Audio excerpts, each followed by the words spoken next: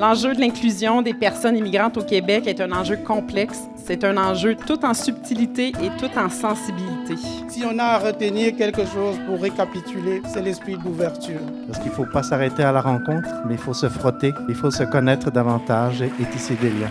Grâce à une entente de partenariat entre la Ville de Sherbrooke et le ministère de l'Immigration, de la Francisation et de l'Inclusion, la 6e édition de la Semaine sherbrookoise des rencontres interculturelles s'est déroulée avec succès du 1er au 10 novembre 2019 sous le thème « Frontières abolies, culture enrichie ». De nombreux organismes et institutions du milieu se sont mobilisés afin d'offrir gratuitement des activités de partage et d'ouverture permettant aux Sherbrookois de toute origine de mieux se connaître et de mieux se comprendre. Être parent, c'est universel. On dessine notre famille pour démontrer qu'on a tous un attachement à la famille, peu importe la culture. Le travail d'équipe entre les différents partenaires, collaborateurs, organismes et bénévoles a su rallier la population et assurer la réussite de cette 6e édition. Ils nous font découvrir leur culture, ils nous font des présentations sur les habits, la nourriture, les paysages, ces choses-là. À travers des conférences, des expositions, des activités sportives, culturelles et bien d'autres, les participants ont échangé dans le respect et avec fierté leurs valeurs et leurs traditions, leurs découvertes et leurs perceptions. C'est très important pour qu'il y en ait des activités interculturelles entre les gens qui en connaissent moins, comme des immigrants puis des Québécoises. Ça va aider les immigrants pour leur intégration et les Québécoises, ils vont connaître beaucoup plus les immigrants qui viennent s'installer ici. Dans le cadre de cette 6e édition de la SSRI, la tournée de sensibilisation Frontières abolies, culture enrichie a visité plusieurs milieux liés à la clientèle aînée, stimulant des échanges entre personnes issues de diverses cultures dans une ambiance conviviale et festive.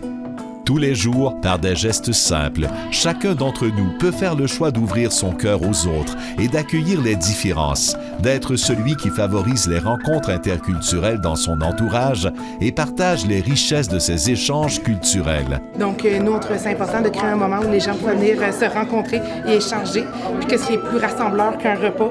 À votre tour maintenant de contribuer à faire rayonner l'interculturel dans votre milieu. C'est des gens qui viennent d'autres pays, il faut en profiter. Ce sont des gens qui peuvent nous amener des nouvelles idées, de nouveaux concepts qu'on peut intégrer ensuite à notre entrepreneuriat plus traditionnel.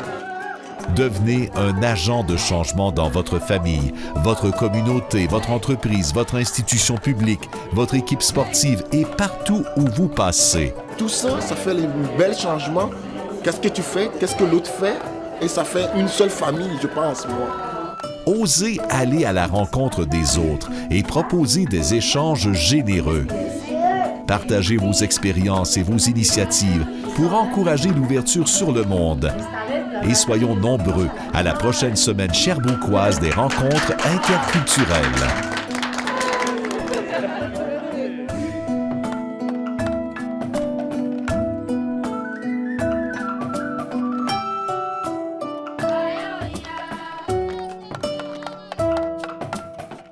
Je suis arrivée ici, je me suis sentie vraiment à ma place. Mais j'étais pas fière de moi quand même. Surtout quand j'ai passé mon examen de citoyenneté. Oh là là! Qui sont les Acadiens?